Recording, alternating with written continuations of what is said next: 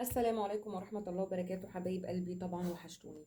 هتكلم معاكم في فيديو النهاردة عن توقعات برج الحمل للأسبوع الأول من شهر إبريل. يا برج الحمل، هنشوف الأسبوع الأول من شهر إبريل، تمام؟ وكمان هنفتح على طاقة الحبيب الشريك، طاقة تفكيره، نواياه، مشاعره، اتجاهك. من الآخر كده هنعمل له تهكير. برج الحمل دي مجرد توقعات، لا يعلم الغيب الا الله سبحانه وتعالى. خد كمان الجزء اللي ينطبق عليك من القراءة، ممكن جزء بس هو اللي ينطبق عليك، وممكن كمان القراءة تكون عكسية. لو القراءة كلها انطبقت قول لي ده في كومنت. برج الحمل، ما تنساش الاشتراك في القناة وتفعيل الجرس والتفاعل على الفيديوهات علشان ننزل الحمل كل اسبوع ان شاء الله. لو لقينا فيه تفاعل حلو من الحمل هننزل طاقة برج الحمل كل اسبوع. طيب برج الحمل، طاقة برج الحمل حلوة قوي. في وفرة عندك يا برج الحمل، في وفرة عندك، وفي نفس الوقت في عندك بعض الأقنعة هتظهر عندك يا برج الحمل. في ناس هتبان على حقيقتها عندك يا برج الحمل. ممكن تقولوا لي يعني هو لسه في ناس هتظهر؟ لا، ده لسه في ناس كمان شايفة ان انت في وجوه هتوضح لك، او في ناس بمعنى اصح هتبان على حقيقتها. برج الحمل كمان شايفة في وفرة، في اخبار حلوة. ممكن الاخبار دي متعلقة بماديات، يعني عندك استرداد حق، فلوس جايه لك. لكن انا شايفه في وفره وفي ولاده شيء كمان جديد عندك. ممكن كمان يكون حمل للناس اللي مستنيه حمل، يعني في ولاده امر عندك، في فرحه يا برج الحمل. برج الحمل انا شايفه ان انت بتدرس قرار، او في خطوه كده انت عايز تاخدها بس لسه متردد، يعني كانك ايه، لا هستنى شويه، طيب لا هاخد الخطوه دي. الخطوه اللي انت عايز تاخدها دي ممكن متعلقه بعلاقه قدريه ما بينك وما بين حد، بس انت لسه متردد. انت عايز تواجه حد، وفي نفس الوقت بتقول لا التزم الصمت، ابين له ان انا يعني مش فارق معايا. فانا شايفه ان انت في حد عايز تواجهه، وممكن تكون لا عايز تبين للشخص ده ان انا مش فارق معايا، لا استنى شويه، اجل المواجهه شويه. برج الحمل انا شايفه ان انت انسحبت، الايت اوف كاب، انت انسحبت من علاقه، او بمعنى اصح انت اديت ظهرك لحد. ممكن يكون الحد ده برج هوائي، يعني ممكن يكون حصل مواجهات ما بينك وما بين الشخص ده. برج هوائي يعني يا دلو يا جوزاء يا ميزان. بس في حاجة يا برج الحمل، من الواضح كده ان انت ممكن في اخبار هتجيلك عن حد انت اديته ظهرك خلاص، او ممكن حد انت مشيت في مسار تاني، او هو الحد دوت ممكن يكون اتجه لمسار تاني. فانا شايفة ان انت هتحصل على اخبار، في اخبار هتجيلك. الاخبار دي انت كنت عامل عليها علامة استفهام، يعني ممكن انت بعد ما انسحبت من العلاقة دي ممكن في حاجات كده كنت عامل عليها علامة استفهام عايز تتأكد منها. في حاجات هتوضح لك من حد انت انسحبت عنه، او اوريدي حصل بعد في العلاقة ما بينك وما بينه. برج الحمل في عندك نقلة، ممكن يكون سفر او نقلة بيت. طيب برج الحمل، اوكي، طبعا السكس اوف كاب انا شايفة ان انت مفتقد حد. ممكن يكون الحد ده برج ترابي، جدي ثور او عذراء. عايزه اقول لك ان انت بذلت مجهود جامد قوي في العلاقه دي، بذلت مجهود جامد، يعني انت اديت في العلاقه دي كتير قوي يا برج الحمل. فانا شايفه ان انت ممكن تكون مستني رجوع، مستني خطوه من الشخص ده. ظاهر معايا طبعا ابراج ترابيه، انت مفتقد حد من الماضي. في نفس الوقت انا شايفه ان انت مضغوط جدا يا برج الحمل، ممكن يكون في عليك اعباء كتير قوي الفتره دي، مصاريف كتير، التزامات كتير. ممكن كمان تكون انت بتعول حد، شايفاك شايل حمل اكبر من طاقتك. لكن يا برج الحمل في عندك عرض زواج، ترسيم، استقرار، في عرض جاي لك يا برج الحمل. برج الحمل شايفاك كمان متجاهل حد، يعني بتحاول تبين لحد كده ان انت متجاهل مش فارق معاك. وفي نفس الوقت الحد ده انت بتراقبه، يعني انت بتراقب الشخص ده ومش مبين له ان انت بتراقبه. او ممكن يكون الشخص ده هو متجاهلك، فانت بتعامله بنفس الاسلوب وبنفس الطريقة. فانا شايفة ان انت بتتعامل مع حد بتجاهل. وكمان في خطوة ممكن انت عايز تاخدها بس مستني رد فعل من الشخص ده، يعني ممكن مستني الشخص ده هو اللي يتكلم، او مستني ان الشخص ده هو اللي ياخد خطوة، او مستني في امر معين هو اللي يقوم بيه، وبعد كده تبدأ تتكلم وتبين كل اللي جواك يا برج الحمل. لكن من الواضح كده انا شايفة ان ممكن هيبقى في صراحة ووضوح ما بينك وما بين شخص. الشخص ده ممكن يكون برج ترابي، او ممكن برج ناري زيك، يعني يا حمل يا اسد يا قوس، او جدي ثور عذراء. هيبقى في صراحة، يعني ايه؟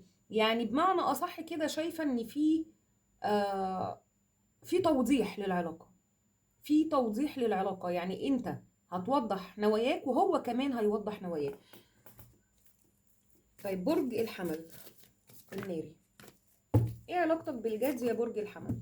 في مبلغ جاي لك متعلق فيه رقم 4، يعني ممكن يكون 4400، الله اعلم. طبعا طاقتك مش احسن حاجه. الناين اوف سورد، انت ما بتنامش، انت ما بتنامش يا برج الحمل. من ناحيه انت اتخذلت، اوكي، وما انكرش ان انت لسه برضو في ناس هتظهر على حقيقتها، يعني شايفه في وضوح ناس هتظهر على حقيقتها عندك. وانت ممكن كمان اتصدمت في ناس مقربه منك، في حد بيستفزك كمان، شايفه طاقتك فيها عصبيه فيها توتر، يعني ممكن يكون حد بيستفزك عن طريق السوشيال ميديا، ممكن في حد بيتجاهلك، ممكن كمان يكون في حد موصلك كلام مضايقك، شايفاك رافع سيفك وكأنك عايز تحارب حد. لكن في عندك انتصار يا برج الحمل. 6 اوف وند، العيون هتبقى عليك، ممكن انتصار في دراسة، ممكن ترقية في عمل، لكن انا شايفة ان انت في تقدم عندك حلو جدا، ممكن في العمل او دراسيا يا برج الحمل. اوكي، برج الحمل انت مستني استرداد حق من حد. طيب في عندك استشفاء، الناس اللي بتعاني من عرض صحي شايفة في استشفاء وفي عندك انتصار. الانتصار دوت زي ما قلت لك، يعني امورك العمليه او الدراسيه شايفه فيها عندك نجاح، في امور متعلقه بنجاح، في خطوات فيها تقدم عندك. طيب مبدئيا كده انت مستني استرداد حق من مكان بعيد، يعني ممكن انت مستني حق يجيلك من بلد تانية، او ممكن حد مسافر مستني ان هو يبعت لك حق، لاني انا شايفه ان في حق، في مبلغ، او ممكن يكون ميراث، ممكن يكون حق ليك عند حد بقاله كتير وانت مستنيه، بس يعني الحاجه دي جايه لك من مكان بعيد، ممكن تكون حوالات بنكيه او ممكن عن طريق التحويل، لكن في مبلغ او استرداد حق جاي لك من مكان بعيد يا برج الحمل. برج الحمل فيه فرحة واحتفال عندك في أرض بيتك يا برج الحمل. 3 اوف كاب مع الفور اوف وانز، في عندك فرحة واحتفال، في عندك مناسبة، ممكن ليك ممكن حد من أهل بيتك كمان يا برج الحمل، في زواج، في ترسيم عندك. برج الحمل فيه قرار ممكن هتندفع فيه وهترجع تلوم نفسك، حاول ان انت ما تاخدش قرارات سريعة الفترة دي، لان القرار اللي انت هتاخده ده العواقب بتاعته بعد كده انت هترجع تلوم نفسك، يعني هتقول يا ريتني ما اندفعت. طيب ايه القرار اللي انت ممكن هتاخده وهترجع تلوم نفسك؟ ممكن ان انت هتتكلم مع حد وهترجع تندم ان انت اتكلمت مع الناس دي او مع الشخص ده، اتكلمت معاه على حد، يعني ممكن انت في حاجة تعباك، في حاجة مسببة لك توتر قلق ما بتنامش، فممكن هتتكلم مع حد وترجع تقول لا يا ريتني ما وثقت في الشخص ده واتكلمت معاه. حاول ان انت تلتزم الهدوء شوية الفترة دي، لان طاقتك مش احسن حاجة يا برج الحمل، فممكن اي قرار هتاخده متسرع هترجع هتلوم نفسك وممكن هتندم عليه كمان يا برج الحمل.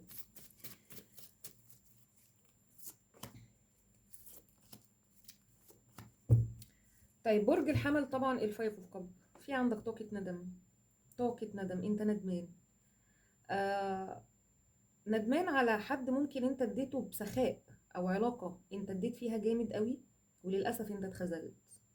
لكن انا عايزة اقولك على حاجة، انت اتخذلت اوكي، لكن انا شايفة في عندك علاقة تانية او في عندك بداية تانية، في عندك حاجة تانية يا برج الحمل، بس انت مش واخد بالك، انت مركز في الماضي او مركز في الخسائر او مركز في العلاقة اللي انت اتخذلت فيها.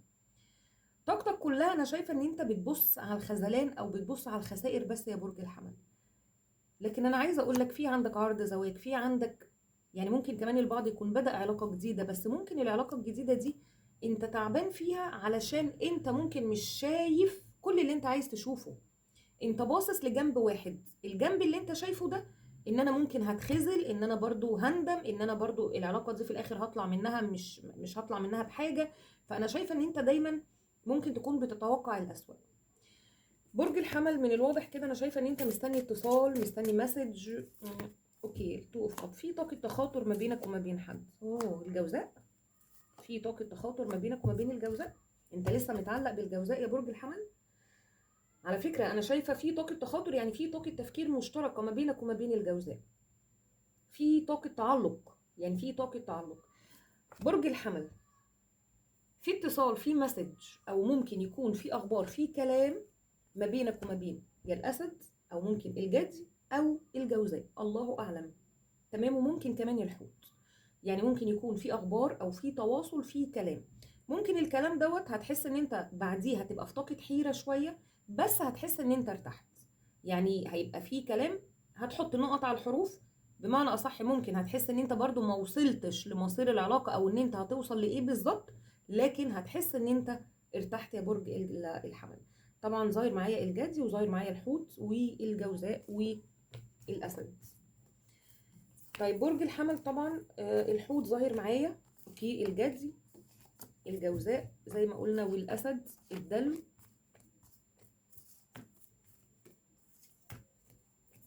اوكي، والميزان والعقرب والثور. الابراج اللي ظهرت معايا في الطاقه. طيب برج الحمل، طيب نشوف كده طاقه تفكير الشخص اللي انت بتفكر فيه في الوقت الحالي، بقى شريك، حبيب، كراش. طاقه تفكير الشخص ده ايه اتجاهك؟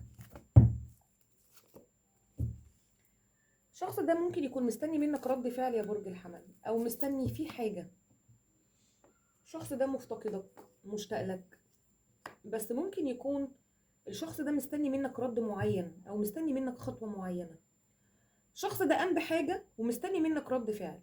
يعني ممكن يكون عمل بلوك وفتح مثلا بلوك، او ممكن يكون وصل لك كلام مع حد، او ممكن جه قال لك لا انا يعني ظروفي كذا او انا حياتي كذا، فانت هتمشي على السيستم دوت.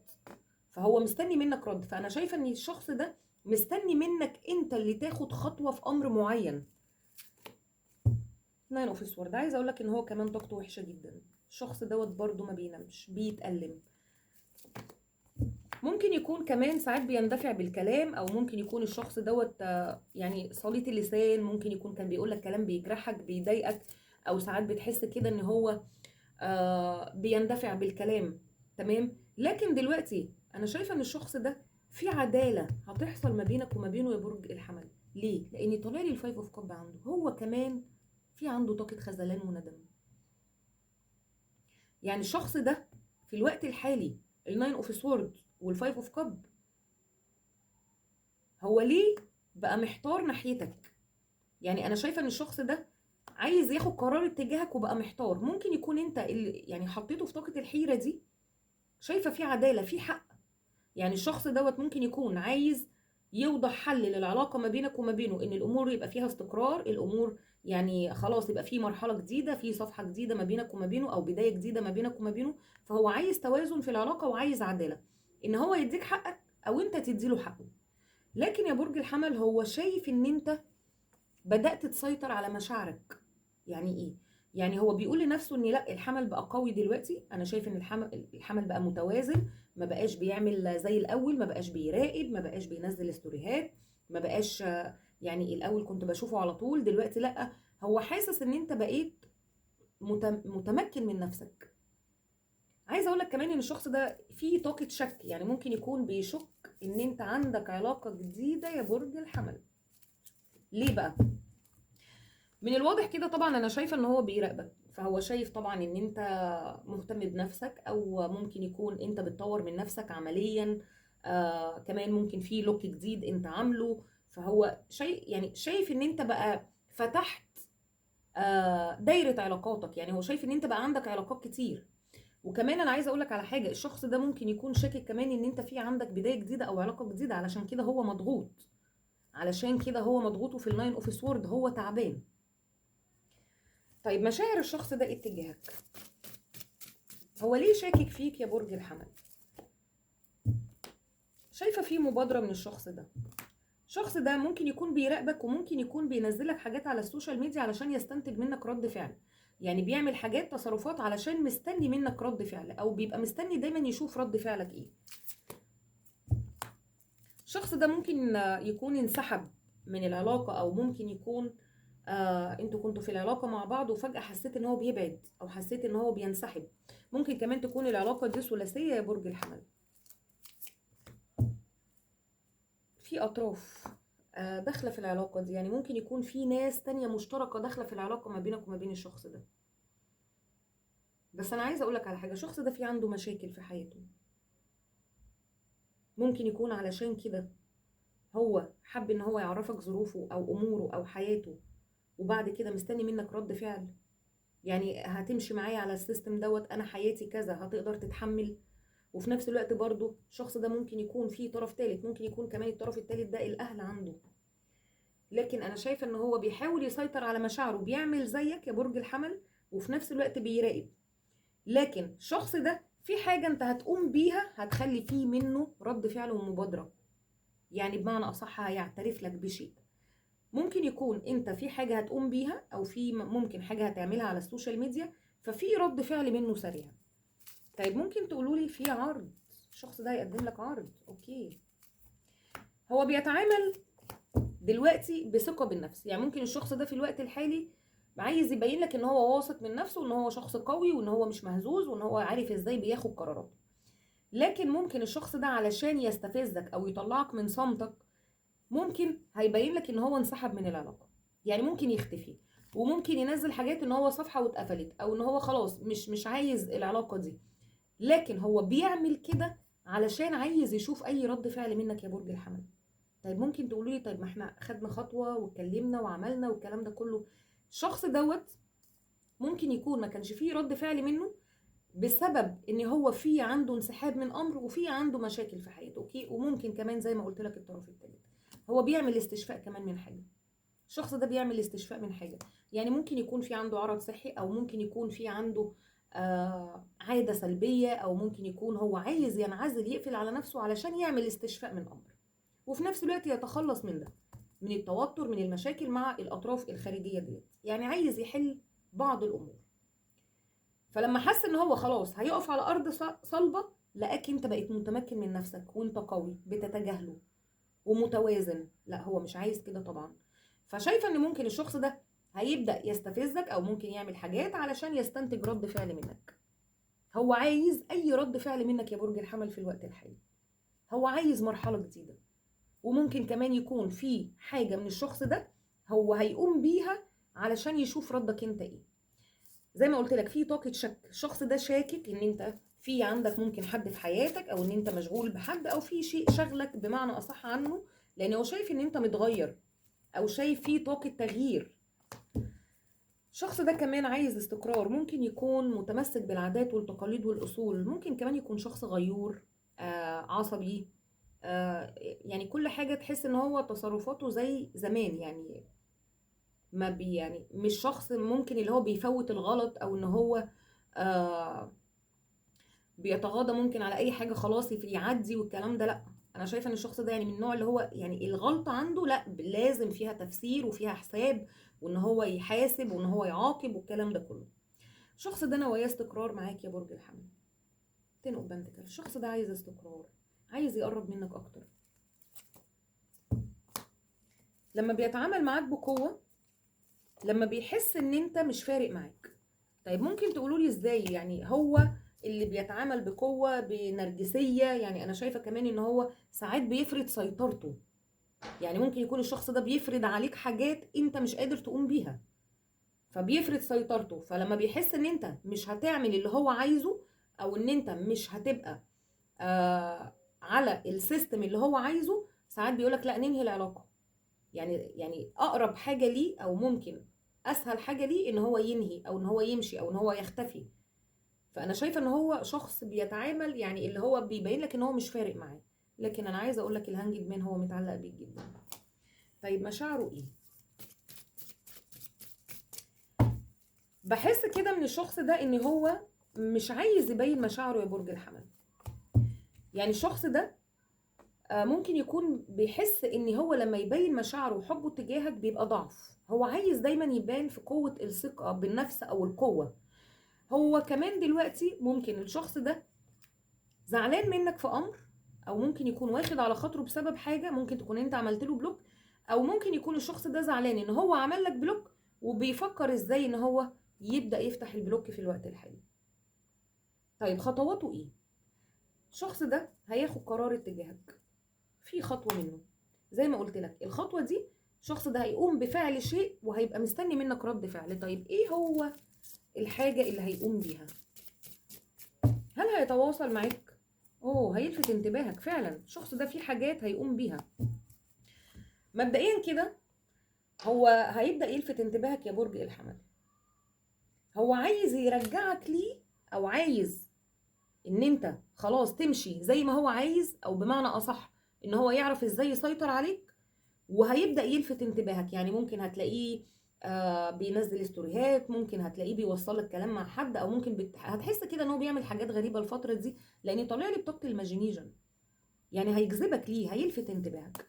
وفي نفس الوقت برضو الشخص ده شايف ان انت الستار، يعني انت النجم اللي هو عايز يطوله.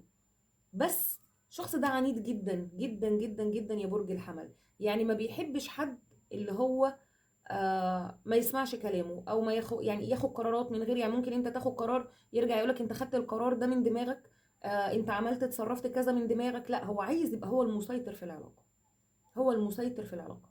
زي ما قلت لك، في فعل هيقوم بيه هيبدأ يلفت انتباهك الشخص دوت، وفي نفس الوقت هيبقى مستني منك رد فعل يا برج الحمل. في عنده طاقة ندم، في عنده طاقة ندم. الشخص ده ممكن يكون اتعامل معاك بمكر شوية في البداية، او كان في منه حاجات فيها مكر شوية. علشان كده انا شايفة ان هو في عنده طاقة ندم على بعض التصرفات او الافعال اللي قام بيها اتجاهك. كمان انا عايزة اقولك على حاجة. الشخص ده ممكن يكون ظهر في حياتك وانت كنت ممكن مرتبط ومش مرتاح في علاقة ونهيت، وبعد كده الشخص ده ظهر في حياتك وحسيت ان هو آه يعني هو ده العوض اللي جاي لك. وبعد كده لقيت طبعه او لقيت تصرفاته غير ما انت ما كنت متوقع يا برج الحمل.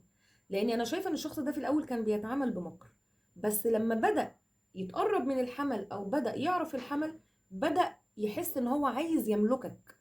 لدرجة كمان يعني انا حاسة من طاقة الشخص ده ان هو ممكن كان بيغير عليك، او ان هو كان بيفرض سيطرته عليك، ممكن عن المقربين ليك، عن اصدقائك، عن صحابك. يعني ما تعملش دوت، لا ما تكلمش فلان. فانا شايفة ان هو كان عايز يفرض سيطرته عليك. طيب هل دلوقتي الشخص ده فعلا هياخد قرار؟ طبعا انا شايفة فيه وفرة، في اخبار، يعني شايفة فيه خطوات فعلا من الشخص ده. وزي ما قلت لك في مرحلة جديدة ما بينك وما بينه. طيب برضو مشاعره ايه؟ يعني غامض، يعني حتى مشاعره مش عايزة. من الواضح كده ان ممكن يكون الشخص دوت بعد ما خلاك حسيت آه ان هو خلاص هياخد قرارات اتجاهك وخطوات، وفعلا الشخص ده ما يقدرش يستغنى عنك، انسحب او هرب. الشخص ده في تصالح، في ولادة شيء جديد ما بينك وما بينه، كارت الشمس. لان انا شايفة كمان في طاقة شغف منه اتجاهك. الشخص ده مشتاق لك جدا. حاول تركز في الامور اللي هو هيقوم بيها، لان هيلفت انتباهك ببعض الحاجات. وفي ولادة شيء جديد، في تصالح، ممكن في رجوع، في ترسيم، يعني شايفة في اخبار مفرحة، في وضوح لبعض الاخبار ما بينك وما بينه يا برج الحمل. طيب الابراج اللي ظاهرة معانا كده: الاسد، اوكي، الدلو، العذراء، الثور، العقرب،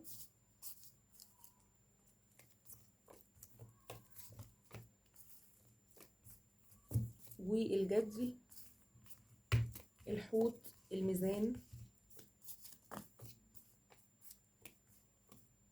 الحوت تاني، الاسد.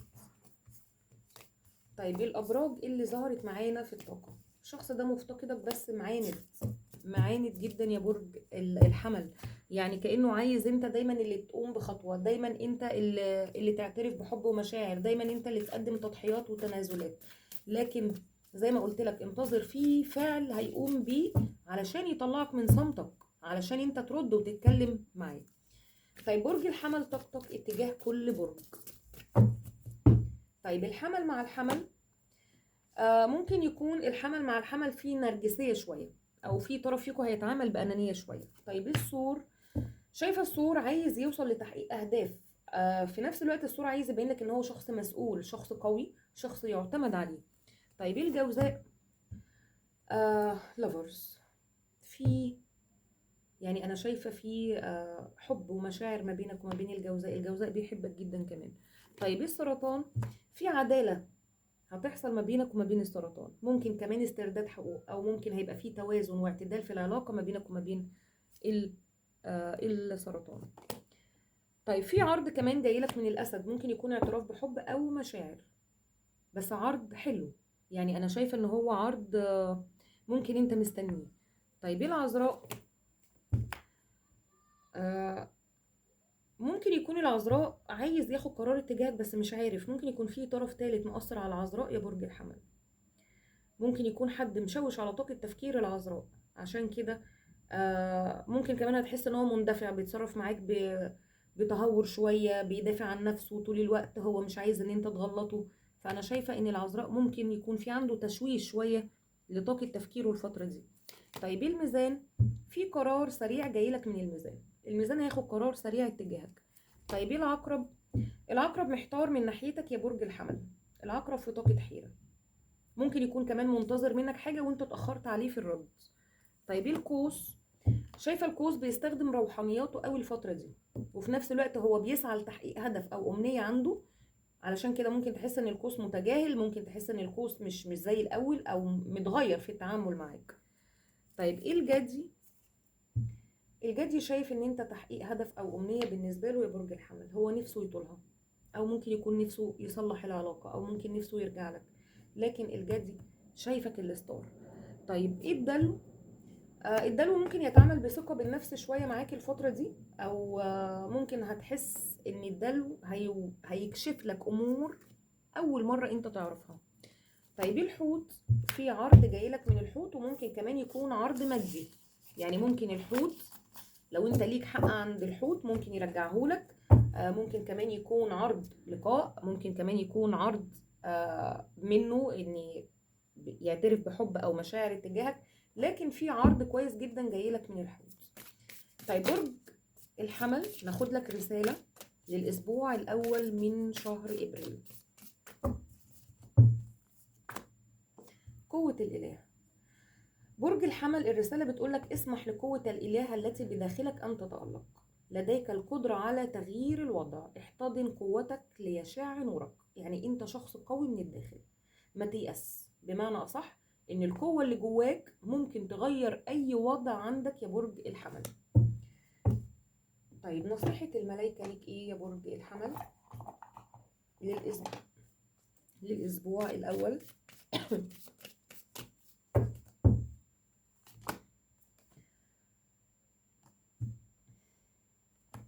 من غير المرجح. طيب هما الكارتين، لا ده كده في قرار انت عايز تاخده، الملايكة بتقولك لا. في حاجة الملايكة بتقولك عليها لا يا برج الحمل. وحاول كمان ان انت تتواصل بشكل واضح، يعني وضح الامور ما بينك وما بين الطرف التاني، بلاش يبقى فيه غموض. وكمان بتقولك من غير المرجح. طيب نشوف الاوركل رومانس هتقولك ايه. الاوركل رومانس،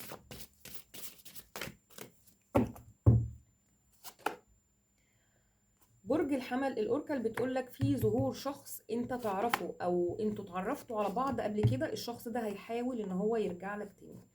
في نفس الوقت برضو الاوركل بتقولك حاول ان انت توضح مشاعرك للطرف الاخر اكتر، ناقشوا مشاعركم انتوا الاتنين مع بعض. طيب الشخص ده شايفك ازاي؟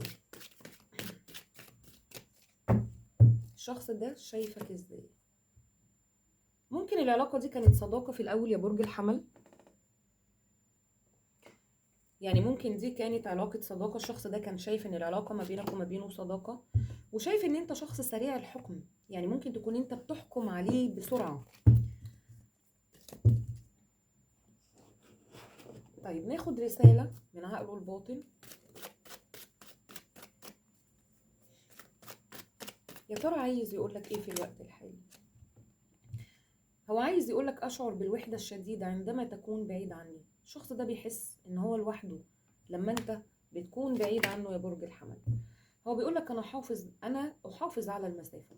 يعني ممكن زي ما قلت لك هو يعني شخص راجعي شوية، بيتعامل بعادات وتقاليد زمان، فممكن يكون هو بيحاول يحافظ على المسافة ما بينك وما بينه، ممكن لغاية ما يبقى فيه شيء رسمي، او ممكن لغاية ما يبقى فيه شيء او خطوة منه بمعنى اصح.